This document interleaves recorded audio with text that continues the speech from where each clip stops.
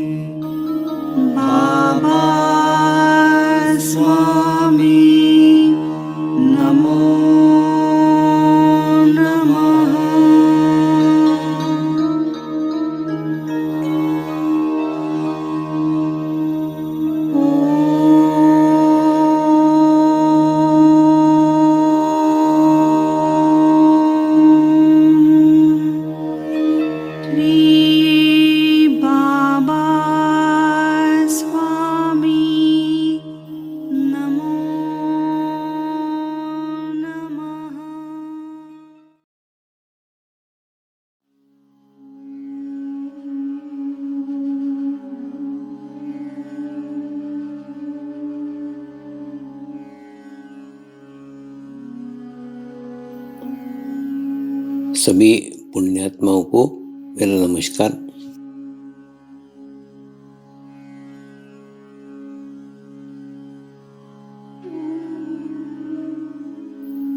गुरुर्ब्रह्मा गुरुर्विष्णु गुरुर्देवो महेश्वरा, गुरु साक्षात परब्रह्म तस्मै श्री गुरुवे नमः।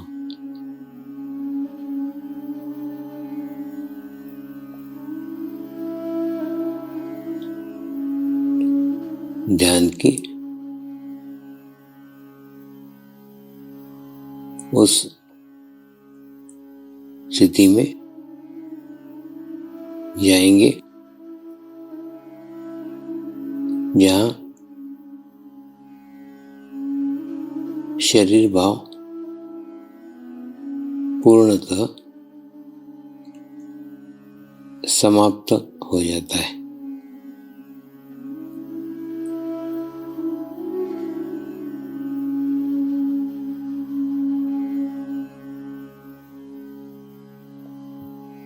अपने पूरे शरीर को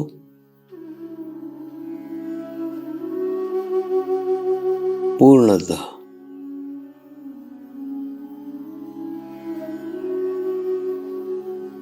शिथिल छोड़ देंगे, एकदम रिलैक्स हो जाइए।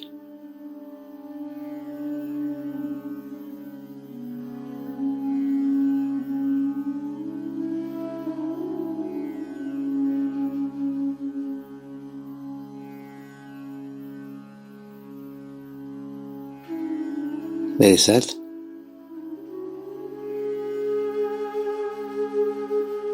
मंत्र का उच्चारण करेंगे।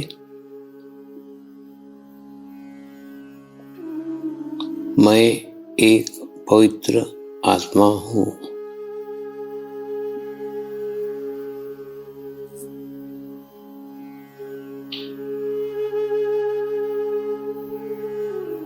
मैं एक शुद्ध आत्मा हूँ।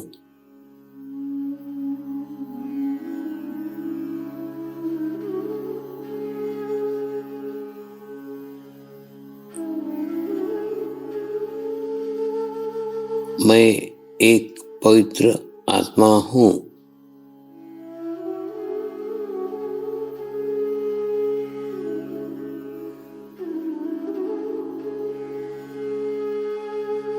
मैं एक शुद्ध आत्मा हूँ।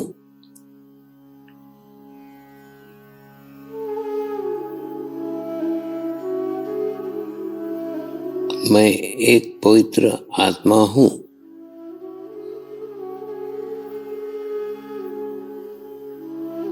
मैं एक शुद्ध आत्मा हूँ।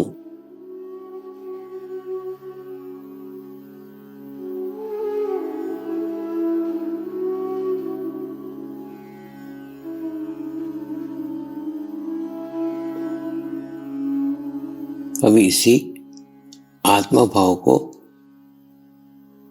बनाए रखते हुए गुरु मंत्र का उच्चारण करेंगे।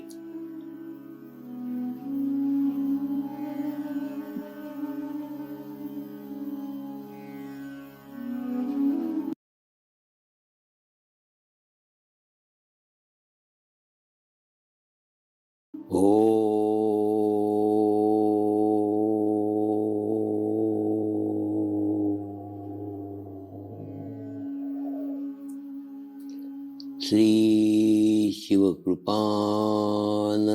स्वामी नमो नमः।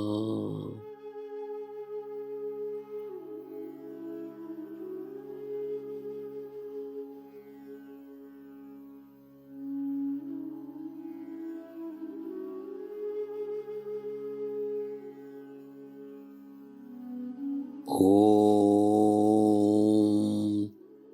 श्री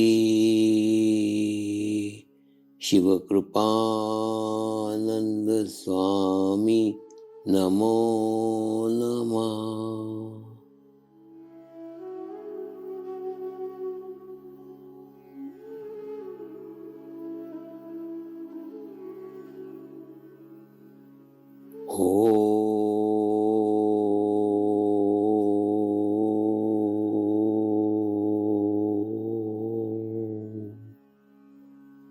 श्री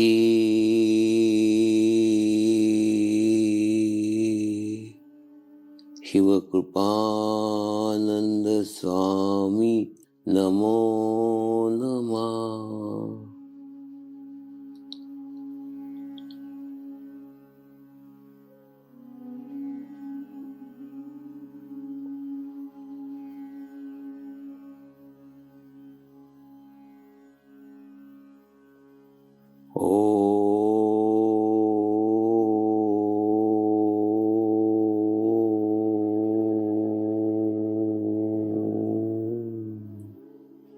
श्री शिवकृपानंद स्वामी नमो नमः।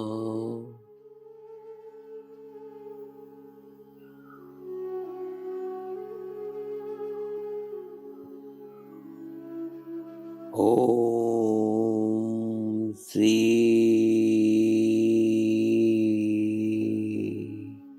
शिवकृपानंद स्वामी नमो नमः।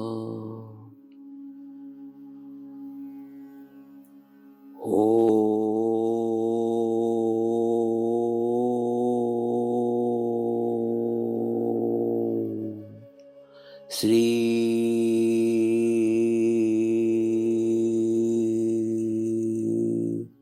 शिवकृपानंद स्वामी नमो नमः।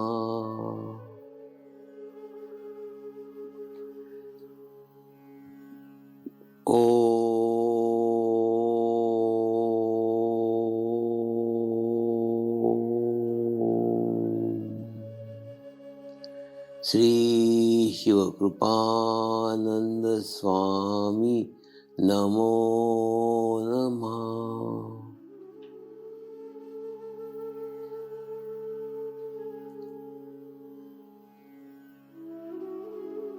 ओम श्री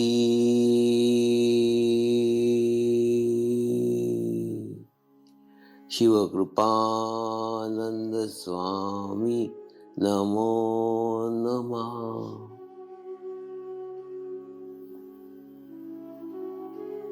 ओम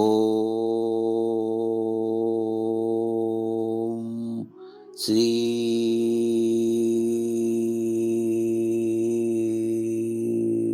शिवकृपानंद स्वामी नमो नमः।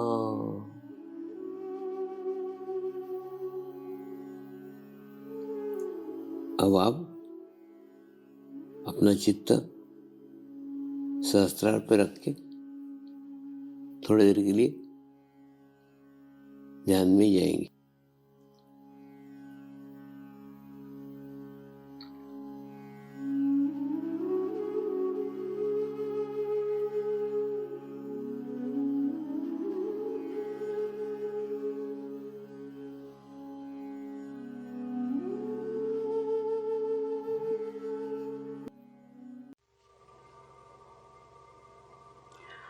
आज मैं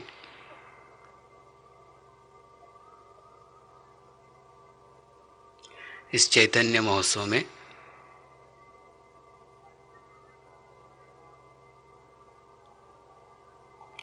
आप सभी का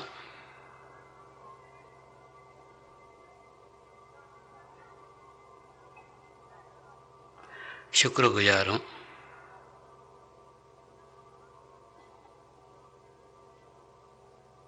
कि इतनी बड़ी संख्या में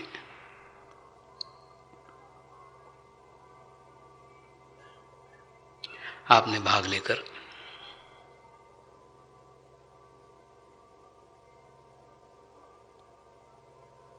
मेरे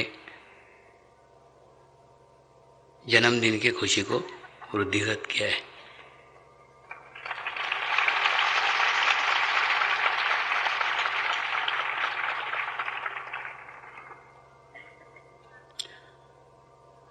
मेरा खुद का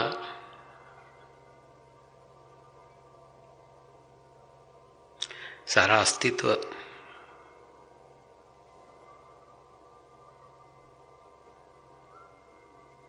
आप ही लोगों के अंदर बटा हुआ है। आपके सानिध्य के बिना मेरे जीवन की प्रत्येक खुशी अधूरी है।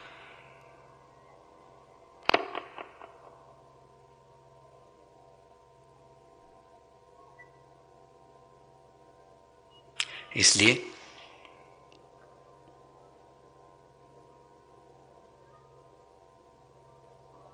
आपके इस कार्यक्रम में सम्मिलित होने से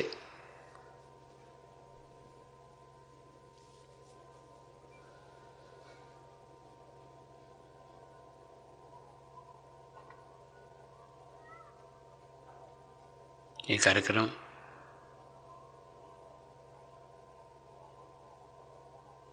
सही मायने में संपूर्ण हुआ है।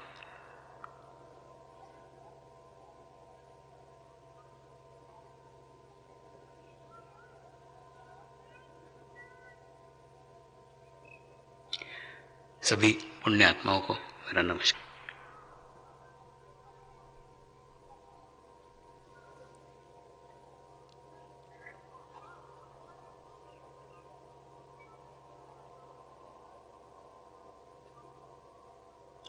आज के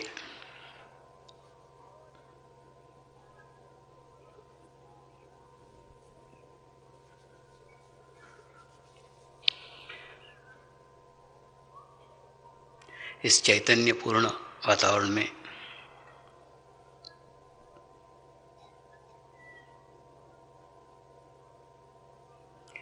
एक चैतन्यपूर्ण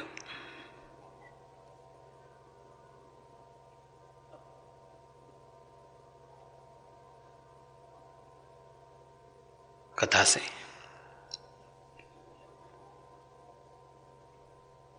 आज के कार्यक्रम की शुरुआत करते हैं।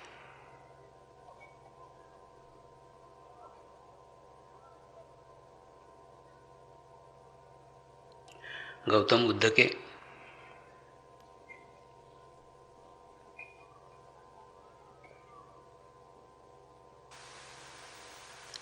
जीवन काल की ही घटना है।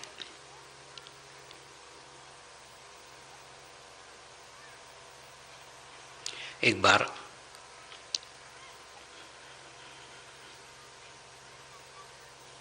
श्री गौतम बुद्ध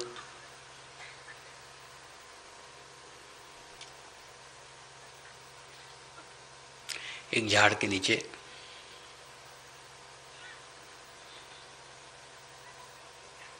सत्संग कर रहे थे।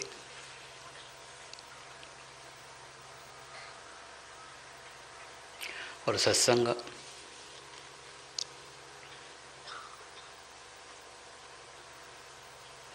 सुबह से शाम तक चलता रहा।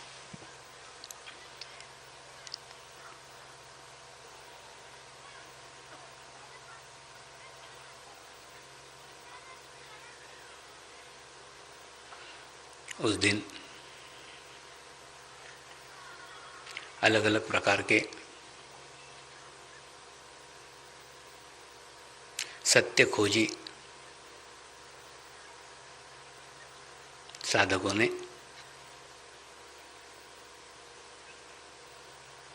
श्री गौतम बुद्ध के साथ भेंट की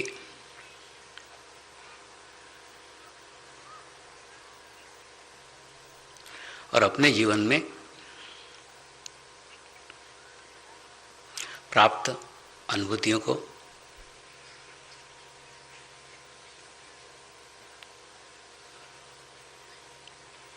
शेयर किया, बांटा। और जो भी मन में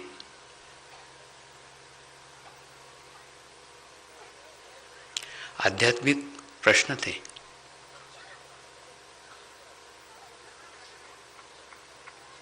उन आध्यात्मिक प्रश्नों को पूछा। श्री गौतम बुद्ध के सानिध्य में ही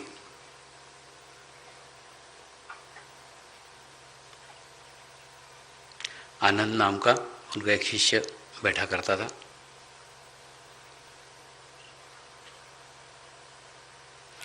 वो उस दिन भी बैठा हुआ था।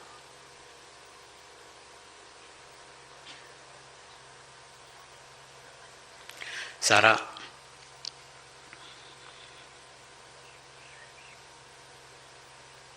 सत्संग समाप्त हो गया।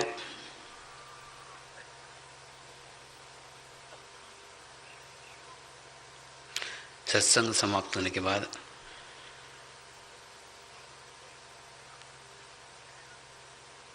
सब लोग विश्राम के लिए अपने अपने जगह चले गए।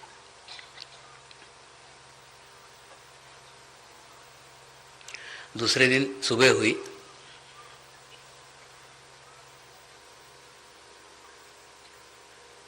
तो सुबह श्री गौतम बुद्ध का जो शिष्य था आनंद, वो सुबह ही सुबह उन्हें मिलने के लिए आया।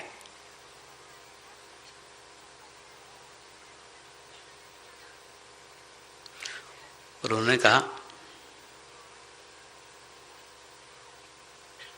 कल रात भर मैं ठीक से सो नहीं सका।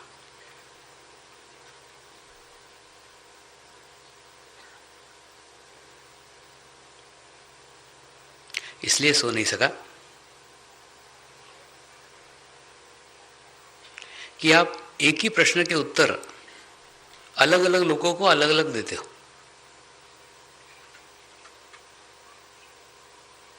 किसी को कुछ कहते हो,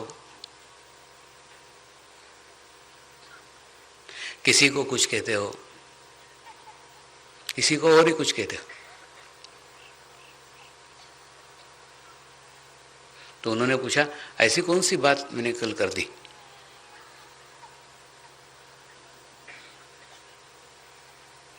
तो आनंद ने बताया,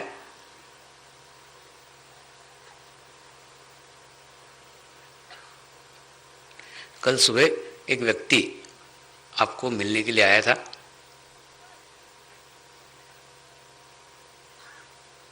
उसने प्रश्न पूछा,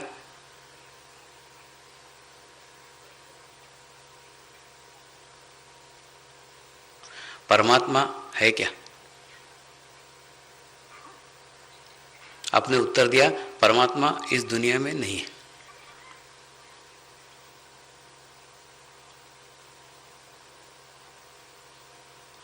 दोपहर को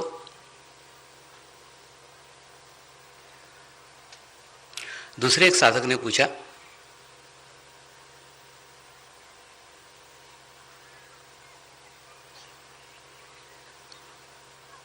परमात्मा इस दुनिया में है क्या? आपने उत्तर दिया, हाँ अवश्य है।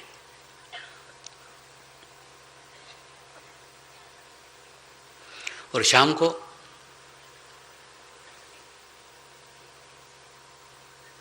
एक साधक जब आपको मिलने के लिए आया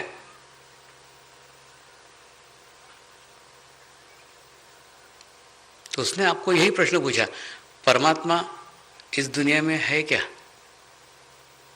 आपने उसको कोई उत्तर नहीं दिया, आंखें बंद करके ध्यान में बैठे रहे।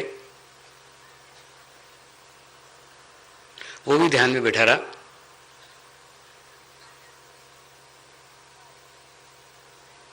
और वो नमस्कार करके चला गया। आपने उसको कोई उत्तर ही नहीं दिया।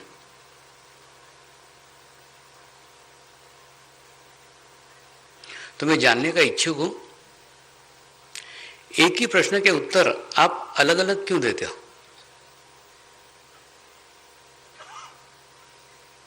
गौतम बुद्ध ने कहा,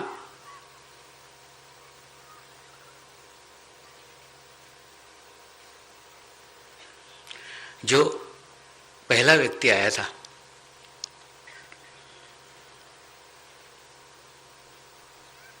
उसको परमात्मा का कोई अनुभव नहीं था, परमात्मा की कोई अनुभूति नहीं थी।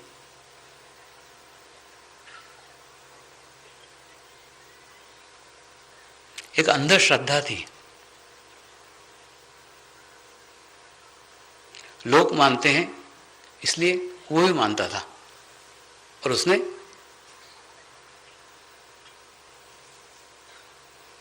अपनी अंधश्रद्धा से परमात्मा के अस्तित्व को स्वीकार कर लिया था कि परमात्मा है।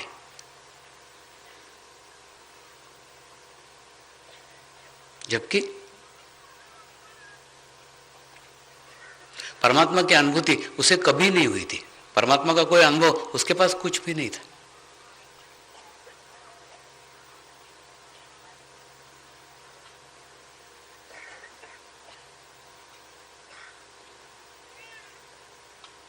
इसलिए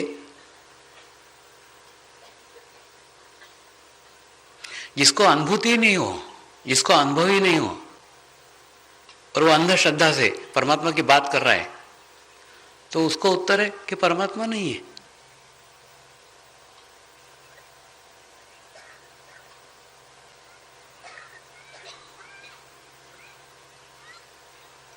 और दूसरा व्यक्ति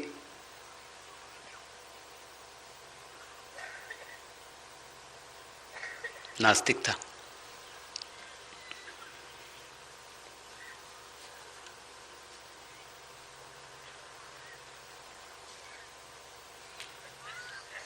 उसको भी परमात्मा की कोई अनुभूति नहीं थी, और परमात्मा नहीं है ये भी वो सिद्ध कर नहीं पाया था। ऐसा कोई अनुभव उसको नहीं आया था कि परमात्मा नहीं है।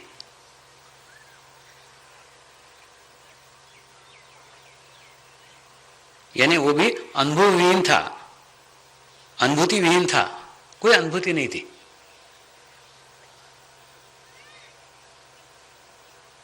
लेकिन फिर भी वो मान के बैठा था कि परमात्मा नाम की चीज इस दुनिया में नहीं है,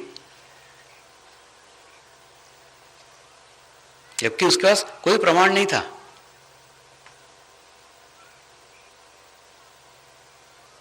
इसलिए मैंने उसको कहा कि परमात्मा है, क्योंकि नहीं है का तेरे पास कोई प्रमाण नहीं है। मैं कह रहा हूं है, तो तू है को खोज, है को ढूंढ, है की तरफ जा।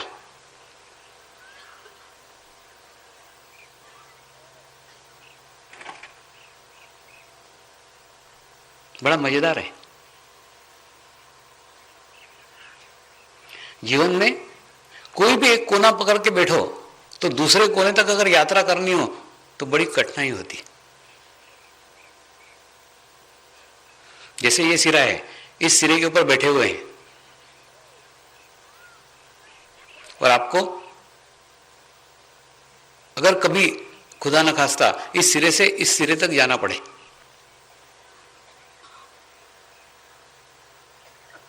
तो जीवन बड़ा कठिन प्रतीत होगा, क्योंकि जीवन में इस कोने में कभी जाना पड़ सकता है। ये कल्पना भी आपने नहीं की रहती।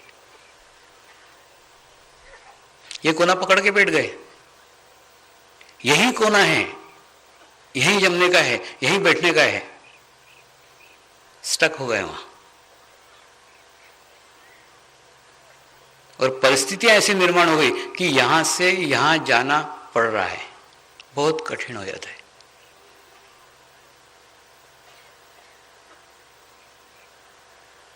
बहुत मुश्किल हो जाता है, क्योंकि इतना बड़ा सफर पूर्ण करना पड़ता है, यहां से यहां तक का।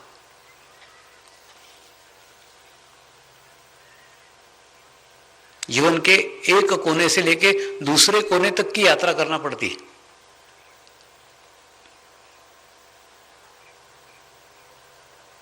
और उस सिरे का कोई अनुभव नहीं रहता है, उस सिरे का कोई अंदाजा नहीं रहता है, उस सिरे की कोई जानकारी नहीं रहती है। लेकिन परिस्थितिवश जाना पड़ता है। ऐसे ये दोनों प्रश्नकर्ताओं को परिस्थितिवश इस कोने से उस कोने जाना पड़ा। एक सोच के चल रहा था परमात्मा है, उसको दूसरे कोने भेज दिया, परमात्मा नहीं है। एक कोने पे बैठा हुआ था, परमात्मा है नहीं है, उसको कहा परमात्मा है, उसको दूसरे कोने पे जाना पड़ा। बड़ा कठिन प्रतीत होता है।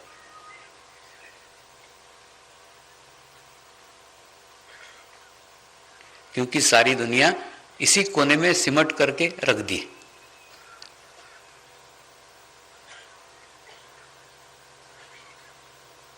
इसलिए जीवन में मध्य में रहो, बीच में रहो, यहां रहो। आपको जीवन में मध्य में रहना चाहिए। आप किसी भी कोने में जाना पड़े, इस तरफ जाना पड़े, आधा रास्ता पार करने का है, इस तरफ जाने का है, आधा रास्ता पार करने का है। कहीं पे भी जाने को कोई कठिनाई नहीं रहेगी। यहां से यहां तक का दिख रहा है, यहां से यहां तक का अंदाजा है, और यहां से यहां तक का भी अंदाजा है। मध्य में है, बीच में है। परिस्थितिवश जिधर भी जाना पड़े आसानी से जाया जा सकता है। इस कोने से उस कोने तक की यात्रा की जा सकती है, आसान होगी। आसान इसलिए होगी कि आधा रास्ता तो वैसे ही पार करके रखा हुआ है, आधा ही रास्ता चलने का है। इसलिए जीवन में किसी भी बात को पकड़ के मत बैठ जाओ, क्योंकि कभी परिस्थितियां ऐसी निर्माण हो गई कि आपको एक कोने से दूसरे कोने तक की यात्रा करना पड़ी,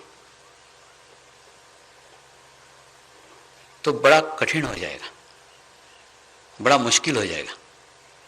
इसलिए जीवन में प्रत्येक जगह मध्य में रहो, प्रत्येक जगह बीच में रहो। कोई भी सिरे को पकड़ करके मत बैठो, सिरा बड़ा दुखदाई है।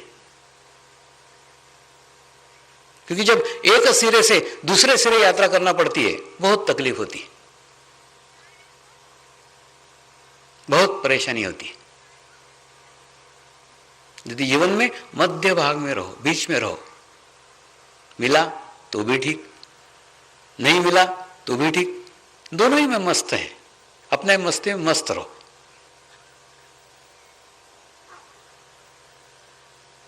मिलना ही चाहिए, या अट्टहास क्यों?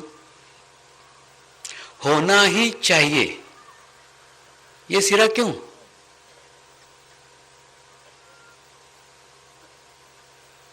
अगर नहीं मिला तो नहीं मिला तो जीवन में एक दुख को आमंत्रित कर रहे हो, एक दुख को बुला रहे हो। नहीं मिला, मिलना चाहिए ही था, जीवन सूना सूना लग जाएगा, जीवन की बहार, जीवन का आनंद चला जाएगा। क्योंकि आनंद इस सिरे में प्रस्तावित करके रखा हुआ था, इस कोने में प्रस्तावित करके रखा था। सारी दुनिया सिमट करके इस कोने में रख दी थी।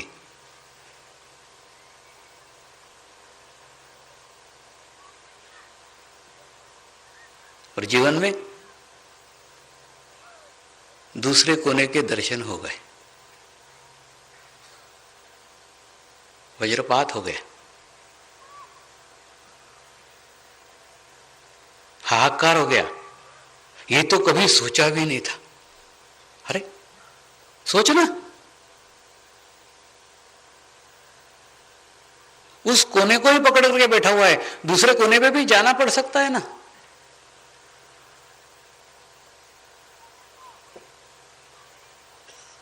बीच में रहो, मध्य में रहो, किसी भी चीज को गांठ बांध करके मत बैठो। अगर मध्य में रहोगे सुखी रहोगे, प्रसन्न रहोगे, खुश रहोगे। और मध्य में रहने के लिए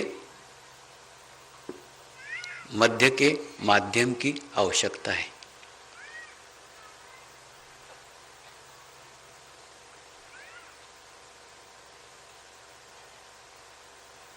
एक मध्य में रहने वाला, एक संतुलित रहने वाला समाज की आवश्यकता है। एक संतुलित सामूहिकता की आवश्यकता है, कलेक्टिविटी की आवश्यकता है।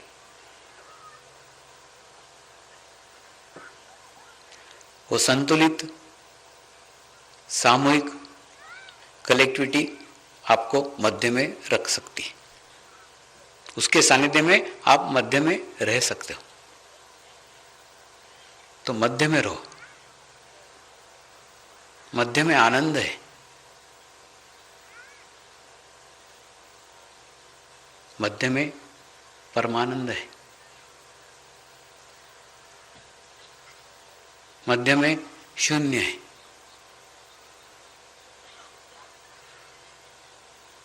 तो दोनों ही शिष्यों को जब एक सिरे से दूसरे सिरे तक की यात्रा करना पड़ी, तो दोनों के लिए बात को हजम करना बड़ा कठिन हो गया था। मैं तो मान रहा था कि परमात्मा नहीं है, ये कह रहे परमात्मा है, और दूसरा कह रहा था मैं परमात्मा है सोच रहा था, ये बोल रहे परमात्मा ही नहीं है।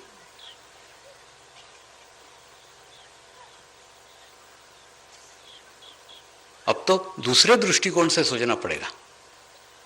जब एक बुद्ध पुरुष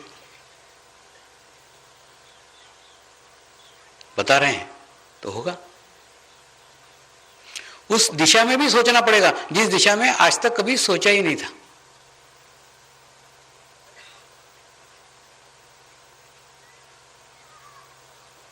तो बड़ा कठिन हो गया।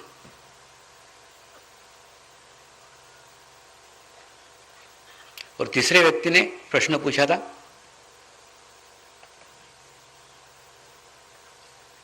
वो व्यक्ति मध्य का था, वो व्यक्ति बीच का था। ना तो परमात्मा है मानता था, ना तो परमात्मा नहीं है मानता था, कोई भी नहीं था। कोई सिरा पकड़ा हुआ नहीं था, किसी सिरे को पकड़ के रखा हुआ नहीं था, मध्य में था। उसको परमात्मा का कोई अनुभव नहीं था, उसको परमात्मा की कोई अनुभूति नहीं थी।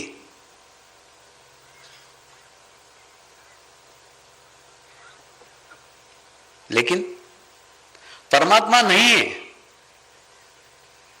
यह भी उसका मत नहीं था, क्योंकि परमात्मा नहीं है ऐसा भी कोई उसको अनुभव नहीं था, और परमात्मा है इसका भी उसको कोई अनुभव नहीं था। दोनों ही अनुभव नहीं थे, ना तो परमात्मा है ना तो परमात्मा नहीं है। दोनों ही अनुभव नहीं थे, कुछ भी नहीं थे। हाँ, जानना चाहता था। कोई सिरे पे नहीं, बीच में मध्य में बैठा हुआ है, जानना चाहता था कि परमात्मा है क्या।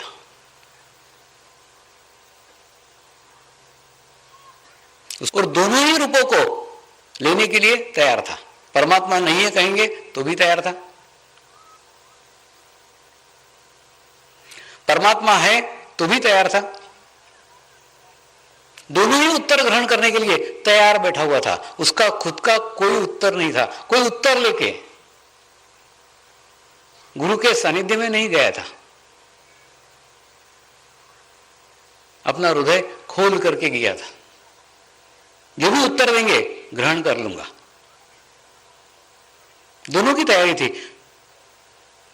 वैसे भी जीवन में जब सिक्का उछालते हैं तो दोनों पहलू देखने की तैयारी होनी चाहिए। किसी एक पहलू को पकड़ करके बैठोगे तो दूसरा पहलू आ गया तो दुखदाई होगा, फिर सिक्का उछालो ही मत। ठीक उसी प्रकार से वो भी दोनों की तैयारी लेके बैठा हुआ था, जो कहेंगे मानेंगे। गौतम बुद्ध पहचान गए ये खोजी पुरुष है, ये सत्य प्रेमी है, जानना चाहता है सत्य क्या है, परमात्मा है या परमात्मा नहीं है। गौतम बुद्ध ने आंखें बंद की,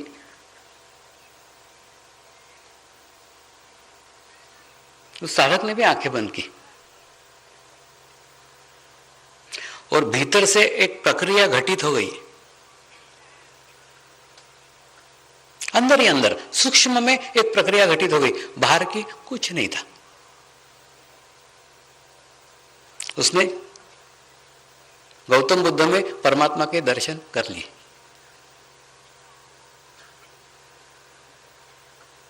अनुभूति प्राप्त कर ली, अनुभव प्राप्त कर लिया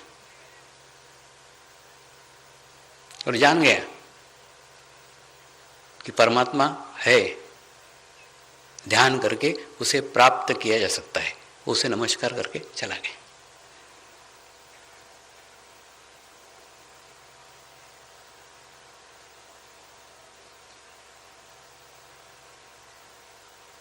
तो ये दोनों ही सिरे, दोनों ही कोने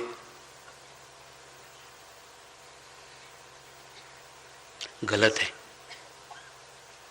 परमात्मा की अनुभूति नहीं है तो परमात्मा है ये सिरा पकड़ के मत बैठो, वो अंधश्रद्धा हो जाएगी।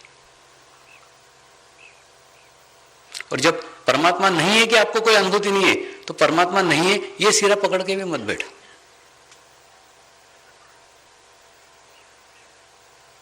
खोजो, ढूंढो और जिस रूप में मिल जाए, जिस स्थान पे मिल जाए, जिस वातावरण में मिल जाए, ग्रहण करने के लिए अपने हृदय के पट खोल दो, हृदय के द्वार खोल दो। ऐसे खोल करके अगर आप जीवन में बाहर निकलते हो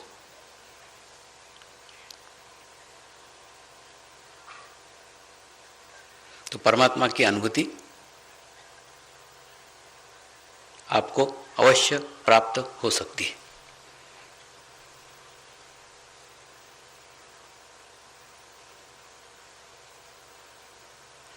मैं भी इस मार्ग में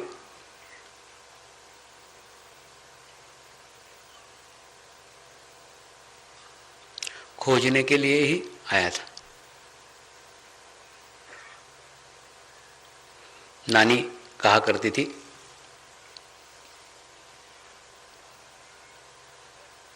परमात्मा अविनाशी है, कल भी था, आज भी है और कल भी रहेगा।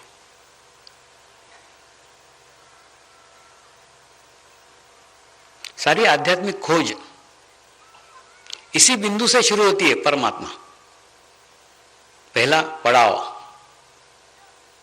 यही है, यहीं से सब स्टार्ट होता है। मेरी भी स्टार्ट हुआ।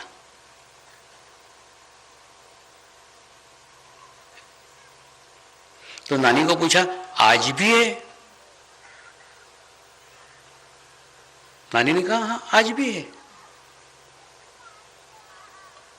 कहाँ मिलेगा? उसने कहा, खोजना होगा, ढूंढना होगा, एक बड़ी लंबी प्रक्रिया है, शुद्ध इच्छा रखनी होगी।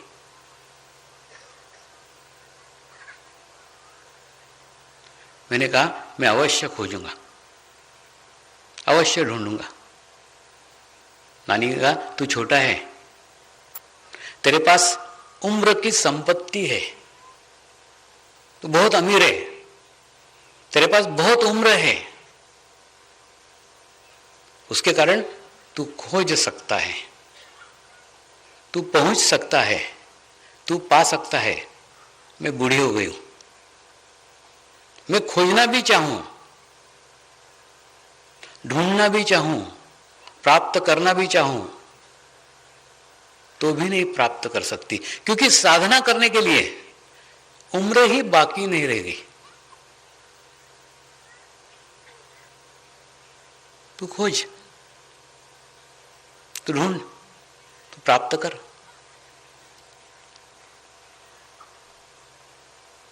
लेकिन बार बार ये कहती थी कि परमात्मा अविनाशी है। बस ये सुनते सुनते सुनते एक बात दिल में घर कर गई, परमात्मा कोई व्यक्ति नहीं हो सकता, कोई शरीर नहीं हो सकता, क्योंकि दुनिया में कोई शरीर ऐसा नहीं है जो नाशवान नहीं है। तो परमात्मा का कॉन्सेप्ट थोड़ा प्रकाशित होने लग गया कि परमात्मा कोई शरीर नहीं है। शरीर के बाहर खोजना होगा, शरीर के परे देखना होगा। फिर खोज शुरू हुई।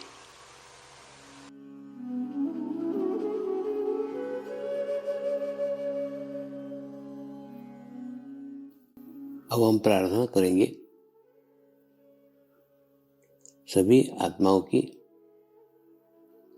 आत्म उन्नति हो, आध्यात्मिक प्रगति हो। यही हमारी प्रभु से प्रार्थना है।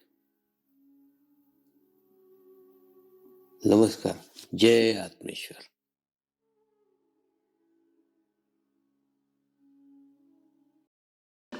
शांति पाठ करेंगे। ओम द्योः शांति अंतरिक्षगम शांति पृथ्वी शांति रापः शांतिरौषधयः शांति वनस्पतयः शांति विश्वे देवाः शांति ब्रह्म शांति सर्वगं शांति शांतिरेव शांति क्षमा शांतिरेधि। ओम शांति शांति शांति सर्वारिष्ट सुशांतिर्भवतु।